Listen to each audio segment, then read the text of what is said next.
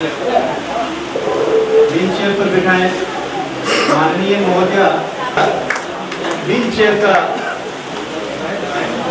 Distribution जरूरतमंदों को आस्था charitable संस्थान की ओर से मानव सेवा से बढ़कर कोई सेवा नहीं है।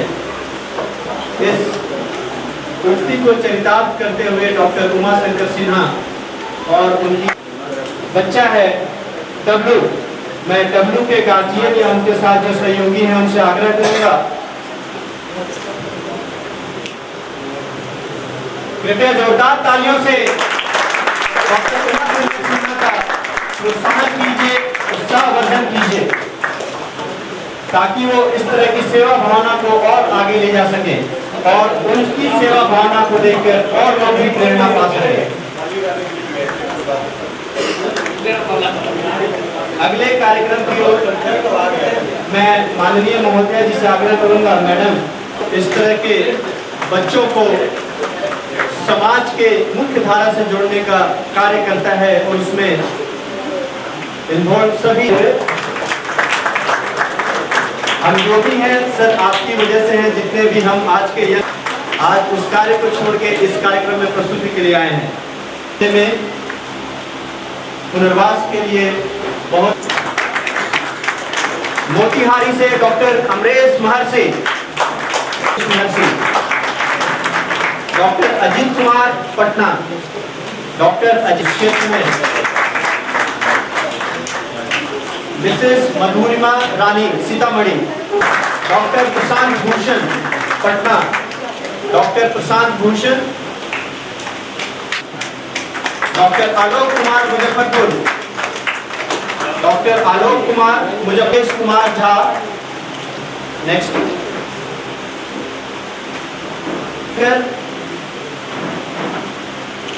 डॉक्टर आभास सिन्हा, डॉक्टर आभास सिन्हा सिद्दीकी दरभंगा, डॉक्टर अखिल सिद्दीकी दरभंगा जो बहुत सारे सम्मान भी, मिसेस सुबी कुमारी मोतिहारी, मिसेस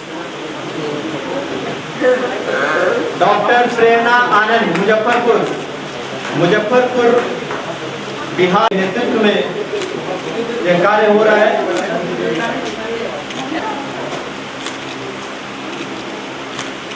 पटना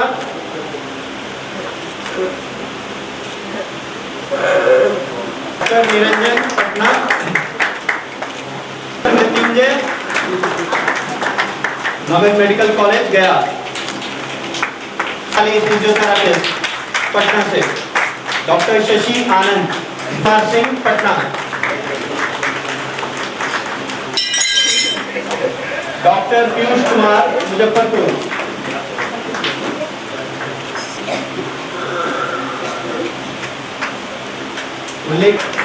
मिसेस सीमा सिंह अदने, मिसेस सीमा सिंह,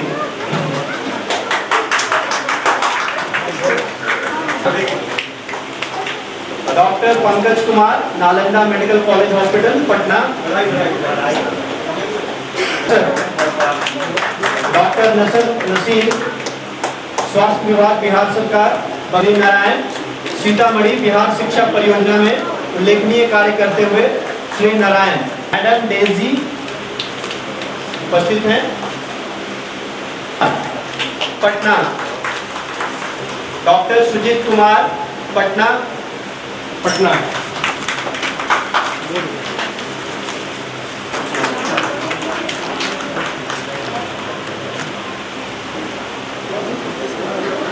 इस कार्यक्रम के अगले कड़ी में मैं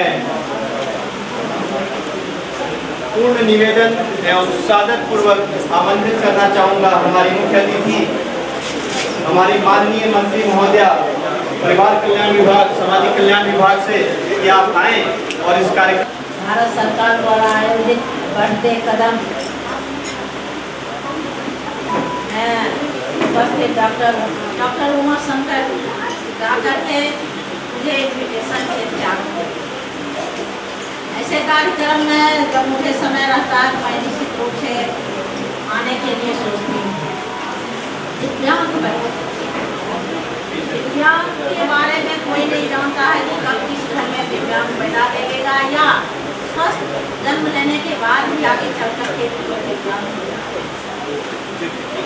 हर माँ बाप की इच्छा होती है हमारे बच्चे हेल्दी हों, स्वस्थ हों, लेकिन कहीं न कहीं आप प्रकृति का दोष कहिए या भगवान का या अल्लाह का खुदा का दोष कहिए या माँ के गर्भ में कुछ विटामिन्स की कमी होती है या तकनीक प्रॉब्लम होता है या हेरिडिटी होती है जिसके कारण कुछ बच्चे दिव्यांग पैदा लेते हैं।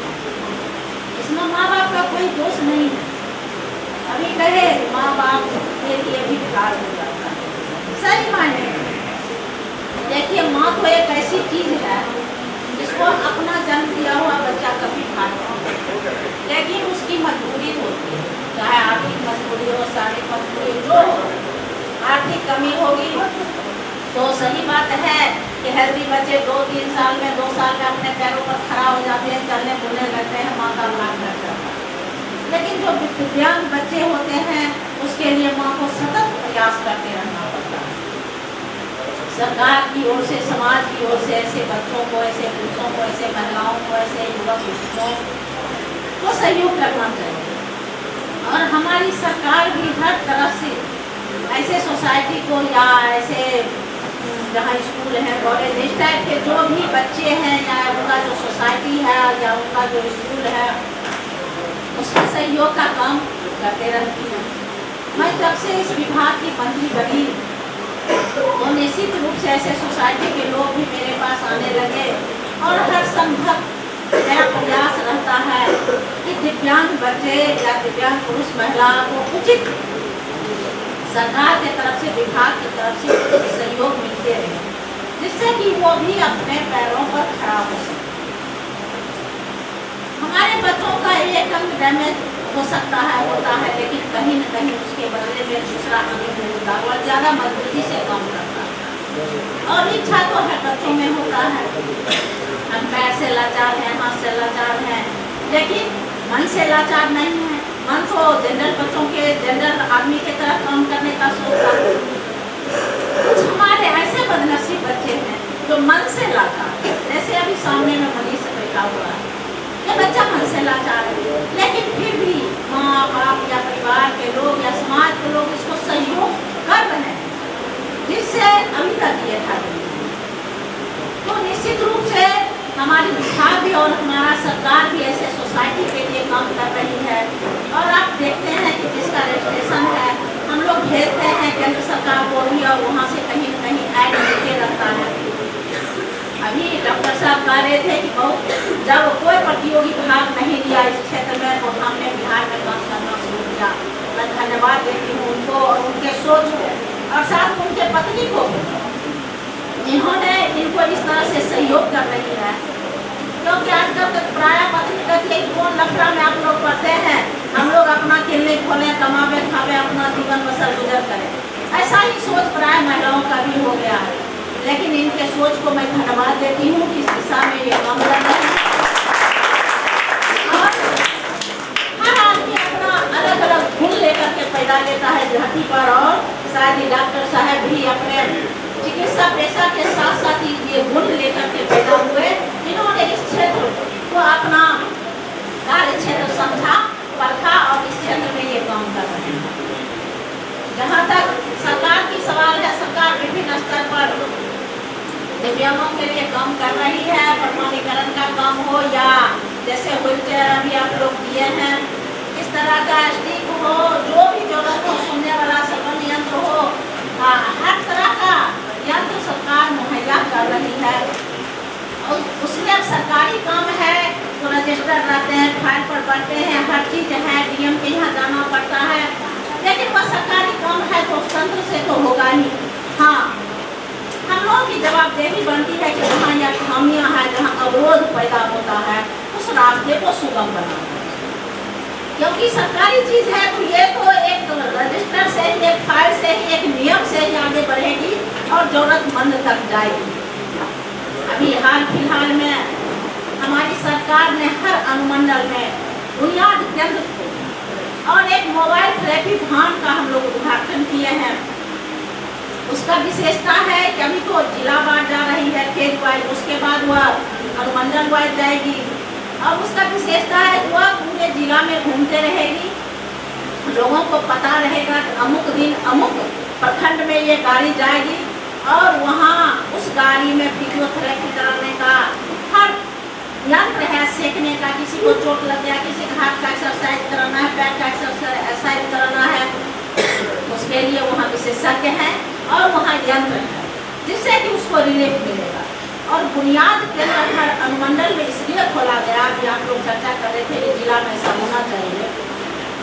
बुनियाद केंद्र खोला ही गया है इसी सोच के तहत कि बुनियाद केंद्र में जो जरूरतमंद है, जो वृद्ध हैं, दिव्यांग हैं या विधवा है, तीनों के लिए हम लोग वहाँ सहायता प्रदान करने का कोशिश कर रहे हैं कि जो समाज से उपेक्षित हैं, परिवार से उपेक्षित हैं।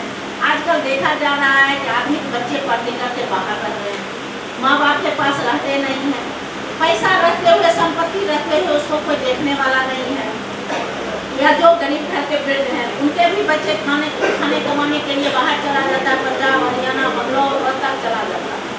वैसे वृद्ध को भी समाज के लोग उपेक्षित करते रहते हैं। उन सबों के लिए उस केंद्र पर आदमी है और उसका एक्सरसाइज कराना है, उसका प्रमाणीकरण करना है। अगर विधवा है और उसको प्रमाणीकरण, उसका सर्टिफिकेट नहीं मिल रहा है तो वहीं काउंसलिंग होगी, काउंसलर रहेंगे, वहीं काउंसलिंग होगी और संबंधित CS से उनका कॉन्टैक्ट रहेगा। उनको 10 जगह नहीं दौड़ना पड़ेगा, वो लोग दौड़ेंगे और उसको सर्टिफिकेट मुहैया कराया जाएगा। उसका पेंशन कैसे मिले उसके लिए काम होगा और उसके अगर फिजिकल एक्सरसाइज की जरूरत है तो उसके लिए काम होगा। और उसको पुनर्वासित करने के लिए भी अगर समाज के लोग उसे टॉर्चर करते हैं, उपेक्षित रखते हैं तो उसे पुनर्वास भी कराया जाएगा। ऐसा सरकार की तरफ से प्रयास हुआ है और अभी हम लोग 17 गाड़ी शायद उस दिन या 11 गाड़ी का हम लोग झंडा दिखाए हैं और 27 गाड़ी फर्स्ट फेज में और जाएगा और क्रमशः हम लोग सभी अनुमंडल में ये गाड़ी देंगे और ये केंद्र बनेगा। उस केंद्र में 5-6 बेड भी रहेगा। अल्प समय के लिए रोगियों के इलाज के लिए, पुनर्वास के लिए वहाँ रखा जाएगा। तो सरकार को अपने तरफ से काम कर ही रही है, लेकिन जरूरत है ऐसे संस्था का भी काम करने का। दिव्यांग से दिव्यांग की शादी करने के लिए पहले 50,000 हमारी सरकार देती थी, अब 1 लाख दे रही है। अगर दोनों दिव्यांग हैं तो दोनों को 1-1 लाख मिलेगा, 2 लाख रुपया मिलेगा। अगर वो लोग अंतर जातीय शादी करते हैं तो 1 लाख और ऊपर से मिलेगा, 3 लाख रुपया मिलेगा। ये कहीं न कहीं उसके जीवन बसर के लिए उसको उपार्जन कर सकते हैं, कुछ अपना बिजनेस कर सकते हैं, धंधा कर सकते हैं। तो सरकार इस तरह से और पेंशन तो दे ही रही है। इस तरह से सरकार अपने घर कोशिश कर रही है कि हम दिव्यांग को उचित उसका लाभ पहुँचावे।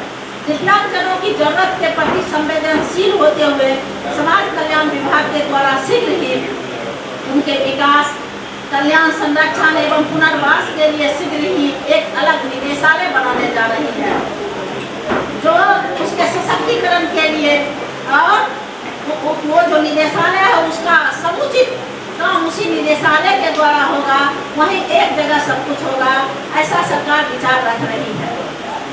तो हमारी सरकार तो चाहती ही है अलग अलग फेजों में। जैसे जब मैं मंत्री बनी तो किन्नर समाज के लोग आए कि मैडम किन्नर समाज को कोई देखने वाला नहीं है, कोई पूछने वाला नहीं है, आपके विभाग से ही हम जुड़े हुए हैं, कहीं न कहीं आप हमारे लिए भी सोचिए। और मैं अपने तरफ से प्रयास करके किन्नर के लिए एक अलग बोर्ड बनवाती हूँ। उसी तरह से दिव्यांगों के लिए एक अलग निदेशालय हो जहाँ की सिर्फ और सिर्फ दिव्यांगों की ही बात सुनी जाए। जिस तरह से किन्नर के लिए बहुत जल्द ही उसका एक अलग बोर्ड बनने जा रहा है, उसी तरह से दिव्यांगों के लिए एक अलग निदेशालय बनेगी और निश्चित रूप से वहाँ सुना जाएगा, वहाँ काउंसलिंग होगा और उसके सुधार के लिए उपाय वहाँ किया जाएगा। या उसको कृत्रिम अंग की जरूरत है, स्कूल की जरूरत है, जो भी जरूरत है उस बात को वहाँ सुना जाएगा, उसकी काउंसलिंग होगी, उसका पुनर्वास होगा। तथा हमारी सरकार हर क्षेत्र में प्रयास कर रही है और ऐसे सोसाइटी को भी मैं धन्यवाद देती हूँ कि वो इस तरह के लोगों पर, बच्चों पर काम कर रहे हैं। और मैं चाहूँगी ये सोसाइटी जो है नेशनल ट्रस्ट भारत सरकार द्वारा आयोजित बढ़ते कदम या और आगे बढ़े, और निश्चित रूप से जितने अभी लोग पुरस्कृत हुए हैं वो सब इनको सहयोग करें और हमारे दिव्यांग बच्चों, पुरुष, महिलाओं के प्रति उनका सकारात्मक सोच भी इस दिव्यांग को आगे बढ़ने में मदद करेगा। बहुत बहुत धन्यवाद।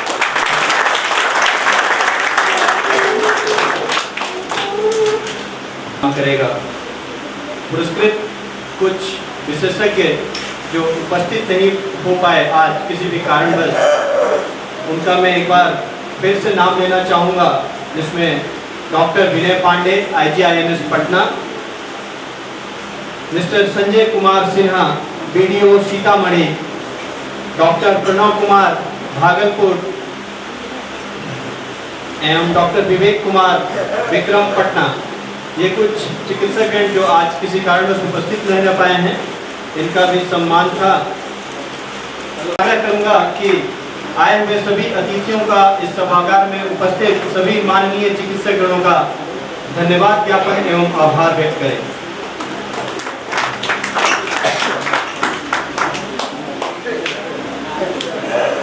माननीय मंत्री social welfare Kumari Manju Verma ji, doctor NK Sinha ji convener IAS Bihar branch, doctor Uday Shankar Prasad ji, doctor Uma Shankar Sinha ji सचिव Aastha charitable and welfare society. मैं पटना जू और आस्था चैरिटेबल एवं वेलफेयर सोसाइटी की तरफ से माननीय मंत्री जी को बहुत बहुत धन्यवाद ज्ञापित करना चाहूँगा। मैडम ने न केवल अपने व्यस्ततम समय में से समय निकाला, बल्कि आज इस तरह से पूरी तरह आश्वस्त किया उन दिव्यांगों को कि बिहार सरकार पूरी तरह से आगे है उनको मदद करने के लिए, उनको रिहेबिलिटेट करने के लिए। मैं धन्यवाद ज्ञापित करना चाहूँगा डॉक्टर उमा शंकर सिन्हा जी का, जिनका एक तरह से एकल प्रयास है और वो इस क्षेत्र में काफ़ी कार्य कर रहे हैं, बिहार के विभिन्न क्षेत्रों में कार्य कर रहे हैं। मैं धन्यवाद देना चाहूँगा बिहार के विभिन्न क्षेत्रों से आए वरीय डॉक्टर लोगों का, जो कि इस क्षेत्र में कार्य कर रहे हैं और सराहनीय कार्य कर रहे हैं। मीडिया के बंधु जो कि इस कार्यक्रम को जन जन तक पहुँचाएंगे और दिव्यांगों की मदद में अपना सहयोग प्रदान करेंगे, उनका मैं तहे दिल से धन्यवाद करना चाहता हूँ। जहाँ तक पटना चिड़ियाघर की बात है, पटना चिड़ियाघर यह प्रयासरत है और हमेशा प्रयास करता है कि जो भी स्ट्रक्चर बन रहा है वो दिव्यांगों के लिए फ्रेंडली हो, उनके उपयोग के लिए सुविधाजनक हो। इसके अलावा जो एग्जिस्टिंग स्ट्रक्चर है उसका भी हमने सर्वे करा रखा है कि कहाँ कहाँ और आवश्यकता है कि हम लोग कुछ कहीं रेलिंग दे सके, कहीं रैंप दे सके, सीढ़ी हटा के, ताकि इजिली दिव्यांग उसको उपयोग कर सके। और हर एक चिड़ियाघर का एक मैंडेट होता है कि जो दिव्यांग बच्चे हैं, जो दिव्यांग हैं, उनको भी एक जैसे सामान्य बच्चे घूमते हैं वैसे ही उनको विजिट कराया जाए, उनको इन्फॉर्मेशन दिया जाए। पटना जो चाहेगा कि जो ये ट्रस्ट है, जो ये सोसाइटी है, ये कभी भी बच्चों को लेके आए, उनका मुफ्त विजिट का सुविधा है। कुछ हद तक हम लोगों ने हर एक गेट पे ये दिव्यांगों के लिए साइकिल भी रखा है जो मुफ्त उपलब्ध है। जानकारी के अभाव में लोग उपयोग नहीं कर पाते होंगे, मुफ्त उपलब्ध है। केवल अपना ID दिखा के उसको ले लेना है और उसका उपयोग करके फिर वापस गेट पे छोड़ देना है। पटना जू भी अपनी तरफ से पूरा प्रयास करते हैं कि दिव्यांग जितने भी हैं यहाँ आए, भ्रमण करें और उनको घुमाने के लिए पटना जू हमेशा उनको बेहतर जानकारी देने के लिए तैयार है, तत्पर है, ताकि ये बच्चे जो कि वास्तव में दिव्यांग हैं, इनके पास कुछ सेंस इतने अच्छे होते हैं, वो लोग यहाँ आएंगे और जो वन प्राणियों के प्रति जागरूक होंगे वो बाकी लोग को भी जागरूक करते करेंगे। इन्हीं चंद तत्वों के साथ मैं पुनः यहाँ सभी अतिथियों का धन्यवाद ज्ञापन देना चाहूँगा और अपनी वाणी को विराम देना चाहूँगा। नमस्कार, जय हिंद। जो भौतिक चिकित्सक हैं वो इस कार्यक्रम के समापन के बाद यहाँ रुक जाएंगे, क्योंकि IAP की एक छोटी सी संक्षिप्त मीटिंग होनी है।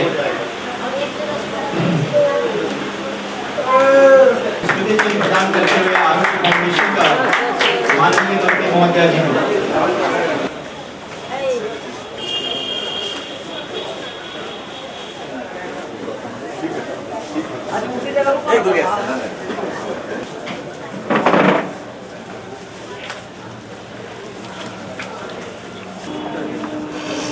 आगे देखो क्या नाम है इसका?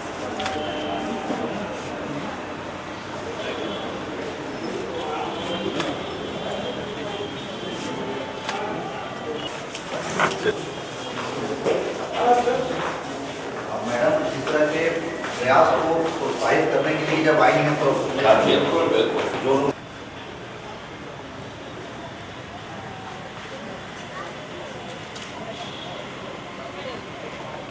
क्या है जी?